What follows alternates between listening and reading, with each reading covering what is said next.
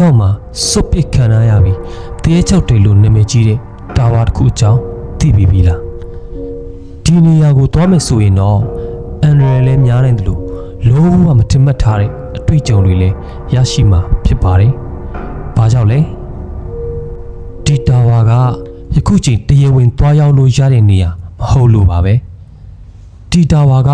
ဘန်ကောက်မြို့ရဲ့ Spangtation BTS Station နဲ့ကြောက်ဖရာမြစ်နားမှာထီကြီးနဲ့ခြောက်ချဖွယ်ရာရှိနေခဲ့တာပါထူးဆန်းတာကယခုလိုတိုးတက်နေတဲ့ဘန်ကောက်မြို့လေထဲမှာဒီအိုမင်းပျက်စီးနေတဲ့ဆောက်လက်စမိုးမြုံတိုက်ကြီးယခုချိန်ထိရှိနေသေးတာဟာဘာကြောင့်များပါလဲဒီတာဝါထဲမှာခြောက်ချစရာတွေများရှိနေမလဲစွပ်ပစ်ခံရတဲ့ဒီတာဝါရဲ့နောက်ကဝမ်းနေဖွယ်အကြောင်းအရာတွေနဲ့မမြင်နိုင်တဲ့ပရလောကသားတွေကရောဒီတိုက်ကြီးထဲမှာတကယ်ပဲရှိနေတာလားဆိုတာကျွန်တော်နဲ့အတူလေ့လာကြည့်ကြရအောင်ပါအစပိုင်းမှာဒီတာဝါရဲ့အမည်ဟာ Ghost Tower မဟုတ်သေးပါဘူး Satro Unique Tower အမည်ပေးထားပြီးထိုင်းနိုင်ငံရဲ့နာမည်ကြီးပြည်သူ့ကားနဲ့ HME စီးပွားရေးလုပ်ငန်းစဉ် Rangshan Tashuan ကနေပြီးတော့1990စောပိုင်းလောက်မှာအထက်ပေါင်း49ထက်နဲ့အခန်းပေါင်း650ကျော်ထည့်သွင်းတည်ဆောက်ခဲ့တာပါဒီတိုက်ကြီးကိုပထမတော့ထိုင်းနိုင်ငံရဲ့တတိယချွေတွေနေဖို့အတွက်ခင်မီအစစ်မြစ်အရာတစ်ခုအနေနဲ့ရည်ရွယ်ပြီးဆောက်လုပ်ခဲ့တာပါဒါပေမဲ့လည်း9နှစ်ကြာ1990ခုနှစ်မှာအာရှမှာငွေကြေးကျပ်တင်မှုကတ်ဆူစိုက်ခဲ့တဲ့အတွက်ကြောင့်ဒီစီမံကိန်းကိုရပ်နားလိုက်ရပါတယ် Satro Unique Tower နဲ့အာရှမှာရှိတဲ့အခြားစီမံကိန်းတော်တော်များများလည်းရပ်ဆိုင်းသွားခဲ့ပါတယ်အဲ့ဒီချိန်မှာအဆောက်အုံက80%လောက်ပြီးစီးနေပါပြီဒီအဆောက်အုံစောင့်နေချိန်မှာပဲပိုင်ရှင်ဖြစ်တဲ့ Rangshan Tashuan ဟာထိုင်းနိုင်ငံရဲ့ဗဟိုတရားရုံးဥက္ကဋ္ဌတည်ဆုံးမှုပေါ်တန်တရားရှိသူအနေနဲ့အမှုရင်ဆိုင်ခဲ့ရပါတယ်ဒီမှုဟာ15နှစ်လောက်တောင်ကြာသွားခဲ့တာပါဒါကြောင့်ပဲဒီစီမံကိန်းဟာစမလုပ်နိုင်တော့ပဲလုံးဝရှင်းနာလိုက်ရပါတယ်ထိုင်းလူမျိုးတွေကလည်းဒီတာဝါရဲ့ရိပ်ဟာအနီးနားမှာရှိတဲ့ဝရဏဝဘုရားကျောင်းတစ်ခုပေါ်ရောက်နေတာကြောင့်ချိန်စာတစ်နေတဲ့အတွက်ပြီးအောင်မဆောက်လုပ်နိုင်ဘူးလို့လည်းယူဆခဲ့ကြပါတယ်ဒီတာဝါကိုပိုပြီးစိတ်ဝင်စားစရာဖြစ်စေခဲ့တဲ့အကြောင်းအရာတချို့လည်းရှိနေခဲ့ပါတယ်ဒါကတော့2014ခုနှစ်ဒီဇင်ဘာလညမှာဖြစ်သွားခဲ့တဲ့လူသိမှုတစ်ခုပါဖြစ်စဉ်ကထိုင်းဓာတ်ပုံဆရာတယောက်ဟာဒီတာဝါပေါ်တက်ပြီးဘန်ကောက်မြို့ရဲ့ညဖက်လက်ကိုဓာတ်ပုံရိုက်ဖို့ကြိုးစားခဲ့ပါတယ်အဲဒီနောက်ဓာတ်ပုံဆရာအခန်းတစ်ခုရဲ့မျက်နှာချင်းမှာကိုဇွဲကြိုးချတက်တည်ထားတဲ့ရုပ်လောင်းတစ်ခုကိုတွေ့သွားခဲ့ပါတယ်ရဲတွေဟာ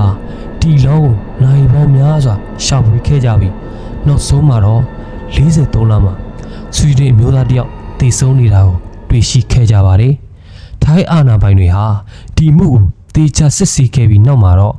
ဒါဟာလူသတ်မှုမဟုတ်ပဲမိမိကိုယ်ကိုစုစိုက်မှုတစ်ခုသာဖြစ်ကြောင်းပြောကြားခဲ့ပါတယ်ဒီတေဆုံးမှုကြောင့်ပဲထိုင်းလူမျိုးတွေရဲ့ဒီတာဝါပေါ်ယူဆချက်တွေကတချို့ပြန်လဲအသက်ဝင်လာခဲ့ပါတယ်နှစ်ကြာမှာတော့ The Promise နာမည်နဲ့ထိုင်းပြည်ကတကားကိုဒီတာဝါထဲမှာရှိုက်ကူးခဲ့တဲ့အတွက်ကြောင့်ပဲဒီတာဝါ Ghost Tower လို့နာမည်ကြီးလာခဲ့ပါတယ်တာဝါအနီးပတ်ဝန်းကျင်မှာနေတဲ့သူတွေကတော့ Ghost Tower ဟာညဘက်ဆိုသူတို့စူးစိုက်ကြည့်နေတယ်လို့ခံစားရပြီးတော့မဲမောင်နေတဲ့ရိတ်တွေနဲ့ခြောက်ချားဝရတန်တွေကိုအမြဲကြားရတယ်လို့လည်းပြောကြပါတယ်ဒါကြောင့်ပဲတင်းချိုင်းမြေပေါ်မှာဆောက်ထားတဲ့ဒီတာဝါကတင်း6တယ်ဆိုတဲ့ထင်မြင်ယူဆချက်တွေကပိုပြီးမြင့်မားလာစေခဲ့ပါတယ်ယခုချိန်ဒီတပ်ပေါ်ရိုက်ကူသူတွေစူးစမ်းလေ့လာခြင်းတဲ့သူတွေနဲ့